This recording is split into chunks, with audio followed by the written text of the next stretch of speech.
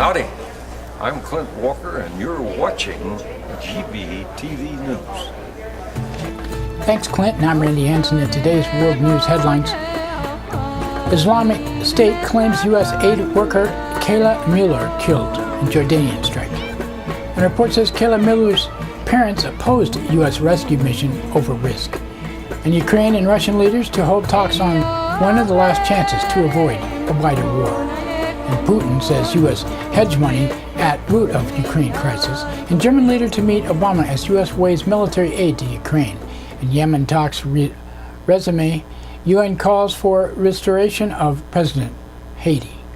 And Egypt suspends soccer matches after clashes leave 40 dead. And Nigeria postpones upcoming presidential vote, citing security fears. And HSBC helped clients hide over $100 billion in accounts, and 5 killed, including 2 children in Georgia shooting.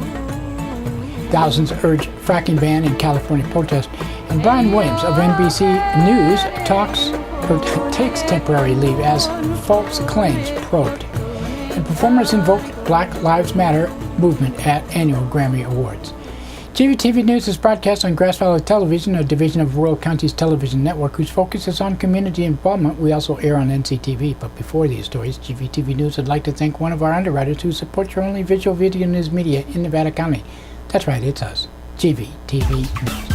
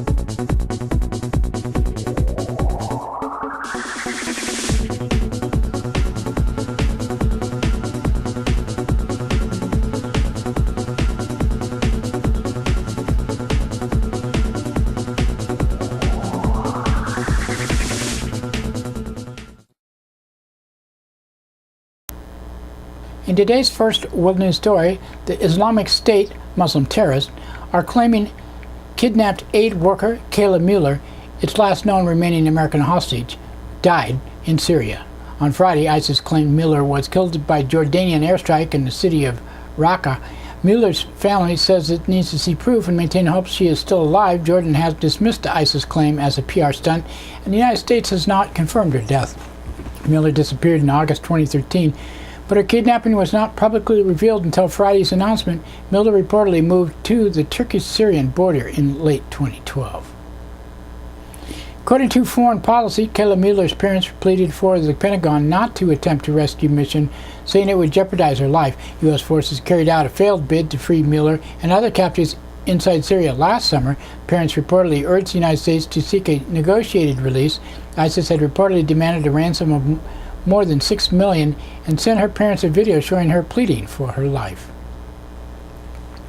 Fighting countries in eastern Ukraine as a last-ditch peace effort enter a critical phase. Leaders from France, Germany, Ukraine, and Russia will meet in Minsk on Wednesday following a weekend of talks in Kyiv and Moscow.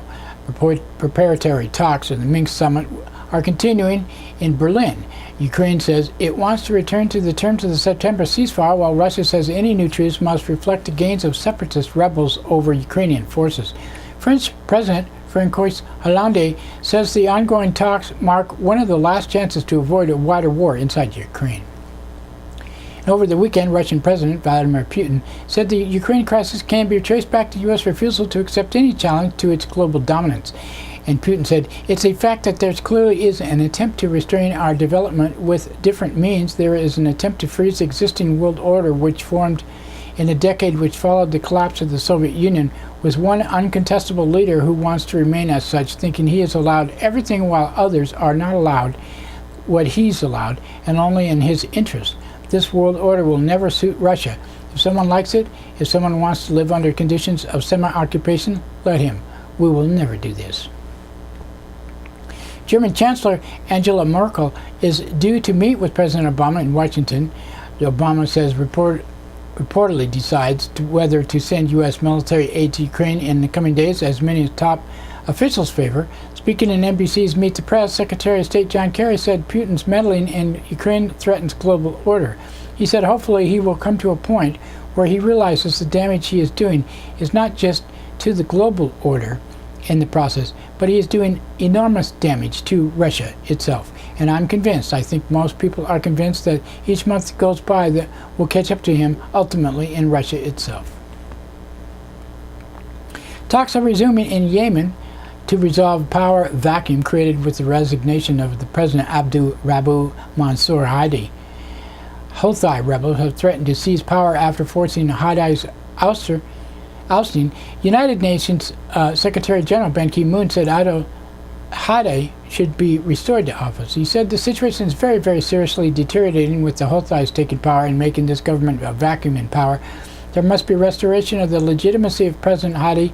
I am concerned that the Houthis and the former President Saleh have been undermining the transition process. We will address this through the Security Council and the GCC, the Gulf Cooperation Council initiatives. At least 40 people died in Egypt after supporters of a soccer team clashed with police during a game. The Egyptian government has indefinitely suspended the Egyptian Premier League in response. Nigeria has postponed this week's presidential election until late March amidst a wave of violence from the Islamic Muslim terrorist Boko Haram. The chair of Nigeria's Independent National Electoral Commission says the security concerns prompted the move, and said this concern is limited not just to the areas of the northeast part of Nigeria's experiencing insurgency. The risk of deploying young men and women and calling people to exercise their diplomatic rights in a situation where their security cannot be guaranteed is our innermost responsibility. Under such circumstances, we believe the few election management bodies across the world, if any, would contemplate proceeding with elections as scheduled under these circumstances. New details have emerged on the global bank giant HSBC's tax sheltering and money laundering services for wealthy and sometimes criminal clients. According to the International Consortium of Investigative Journalists, HSBC used its private Swiss arm to hide more than $100 billion in accounts used by weapons dealers, tax dodgers, dictators, and celebrities. Leaked files reportedly include evidence that HSBC helped its clients avoid taxes in their home countries. The document also sparked criminal probes in several countries, including the United States. In 2012, HSBC reached a $1.9 billion settlement in the United States for a massive money laundering scheme used by drug cartels and other illegal groups. Among other allegations, the bank reportedly supplied $1 billion to a firm whose founder had ties to Al-Qaeda and shipped billions in cash from Mexico to the United States, despite warnings the money was coming from drug cartels. At least 5 people are dead and 2 people injured following a shooting in Georgia. The gunman killed his ex-wife and 2 children as well as another adult before turning the gun on himself. Douglas County Sheriff's Lieutenant Glenn Daniels announced the attack and said, "This is a tough situation. Anytime you have a children involved in a shooting and anything like that, and children hurt at all, it's just tough. It pulls out your heart and tears on your heart, but you know, it just don't make no sense." Thousands of people opposed to the oil and gas drilling process known as fracking marched in Oakland, California, Saturday in what organizers called the largest anti-fracking protest in the United States. Demonstrators called for California Governor Jerry Brown to ban fracking, citing concerns over pollution, poisoning of water supplies, and climate change. A day earlier, 12 people were arrested as protesters blocked the entrance of Brown's San Francisco office and erected a 16-foot fracking rig in the middle of an intersection. Brown was sworn in for the 4th term last month with a promise to address climate change. NBC News anchor Brian Williams has taken leave of absence as he faces an internal probe over false statements on the air. Williams apologized last week after it emerged that he wrongfully claimed he was aboard a helicopter down by rocket fire during the 2003 U.S. invasion of Iraq. U.S. soldiers had publicly challenged Williams' account, saying he was nowhere near the aircraft that came under fire. Williams was blamed with fog of memory for his mistake. On Saturday, Williams announced he will step down for a few days as NBC's conducts a fact-finding investigation into the 2003 incident and several other reports, including Williams' coverage of Hurricane Katrina in 2005. And Black Lives Matter movement took center stage at the Grammy Awards Sunday as a number of performers referenced police killings of unarmed African Americans during a performance of the song Happy. Pharrell Williams and his backup dancers who wore black hoodies raised their hands up in the air, hands up, don't shoot gesture, which has become a symbol of police violence since the killing of Michael Brown in Ferguson during Beyonce's performance of the gospel song Precious Lord Take My Hand. The all-male choir behind her raised their hands in the air. Musician Prince, who presented the Album of the Year award to Beck, said albums still matter, like books and black lives, and they still matter. This raised hand signals were found not to be the case in the Michael Brown incident, as it never happened. But they use it anyway. And that's it for the World News today. Now, no thanks to one of our underwriters who supports your only visual video news media in Nevada County. That's right, it's us, GVTV News.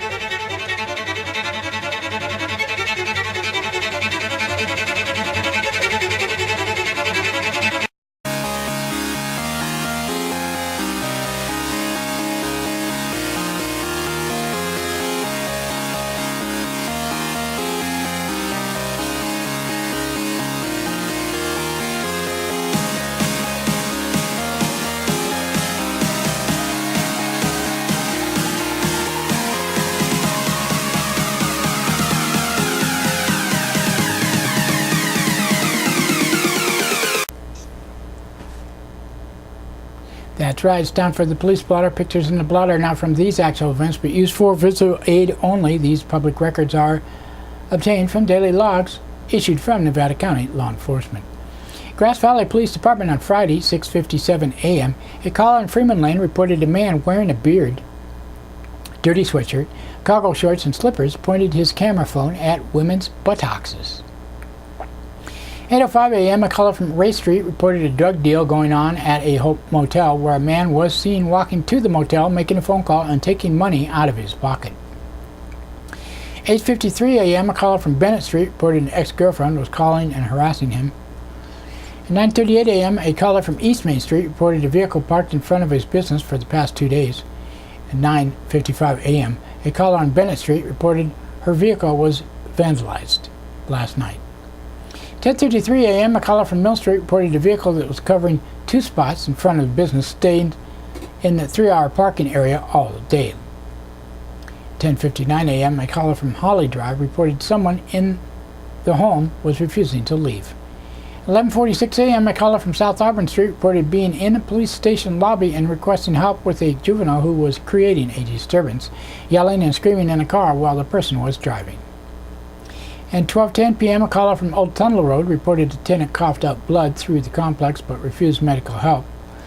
At 12:51 p.m., a caller, Empire Court, reported a tree blocking the road. 12:56 p.m., a caller, Whiting Street, reported power lines down. 1:38 p.m., a caller from Main Street reported scammer saying he was from PG&E demanding money or the power would be shut down in 45 minutes. And 2:48 p.m. or 58 p.m., a caller from East Main Street reported a man sitting next to a front door holding up a sign panhandling. 4:36 p.m., a caller from Sutton Way, speaking through a Spanish translator, said his car wasn't working and he will not be able to return a child to his mother.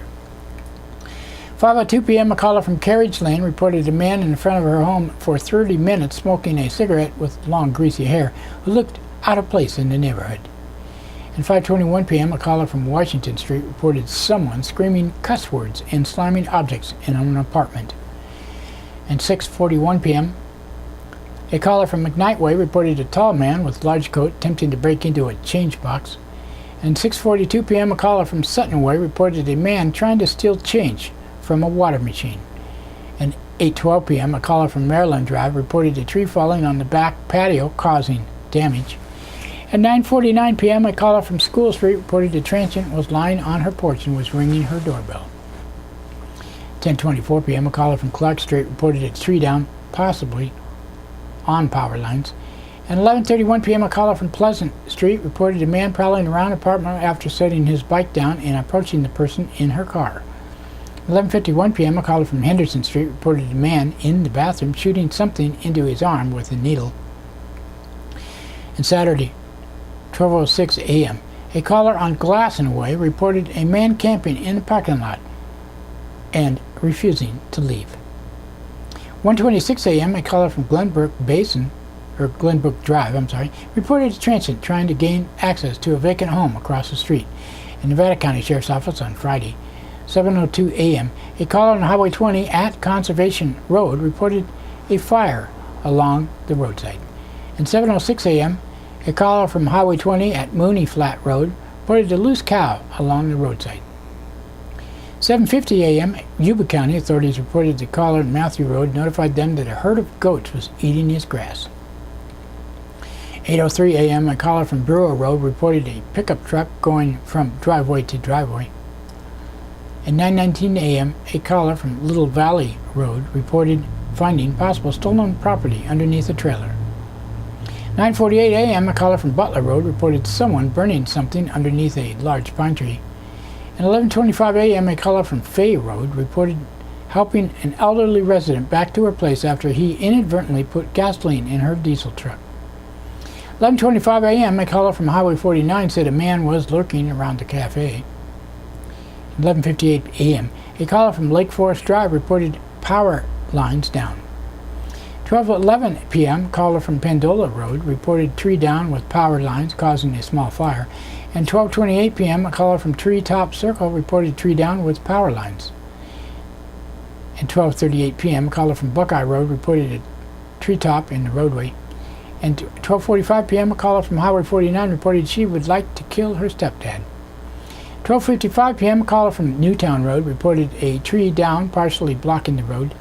And 1:52 p.m., a caller from Gracie Road reported a tree wedge in between two other trees almost coming down on the property.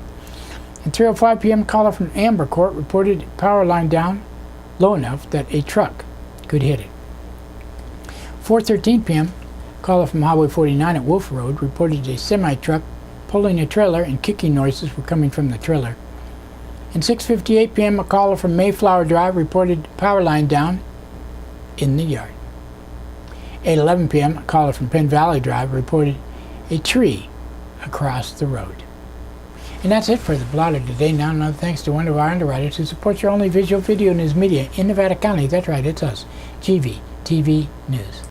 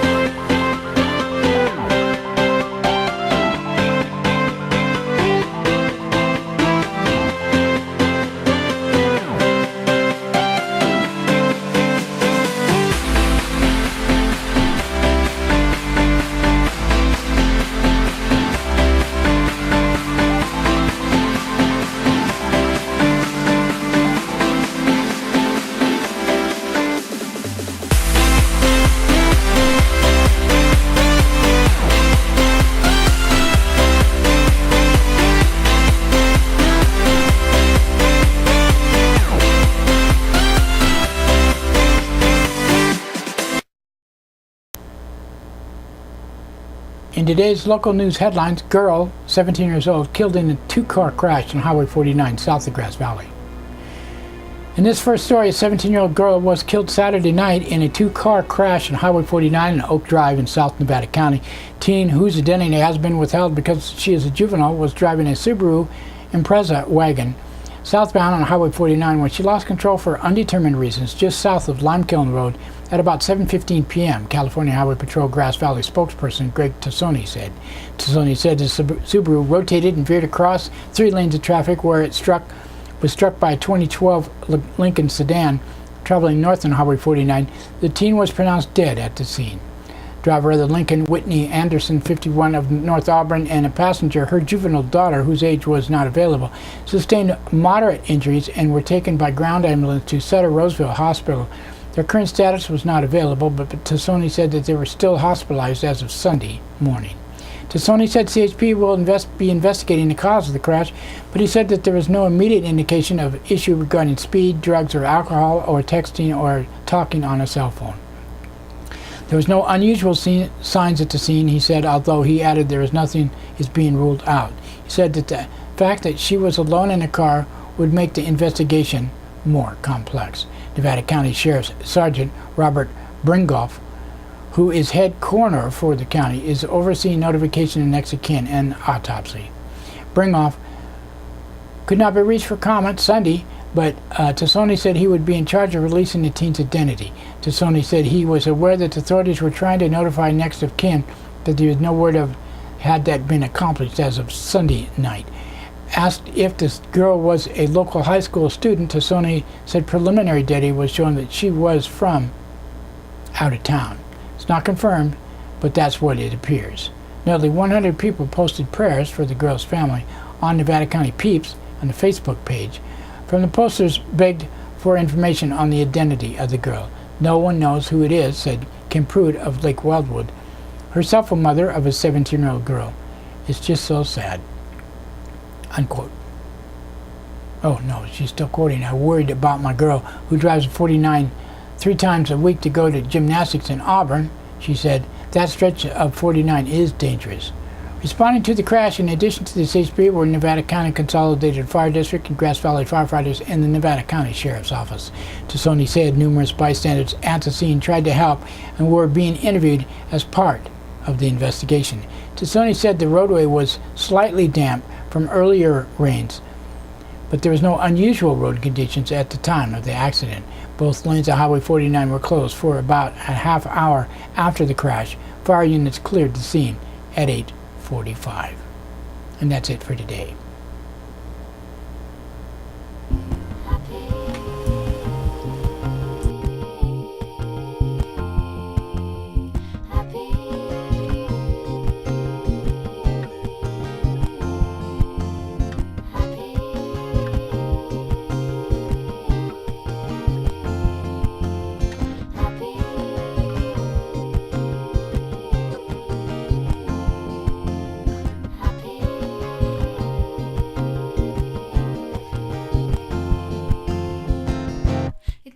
Crazy what I'm about to say.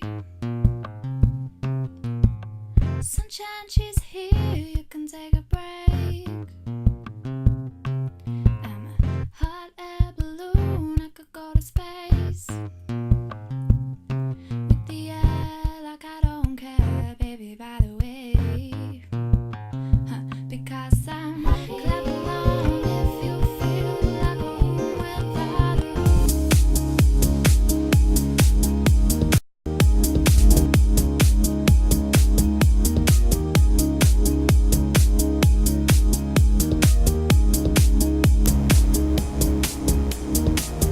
Grass Valley Television brings you local and world news, and we broadcast our 30-minute show 6 times a day on NCTV, Public Access, Comcast Cable, Channel 11 and 18. Also, we're on Sudden Link, Channel 16 and 18.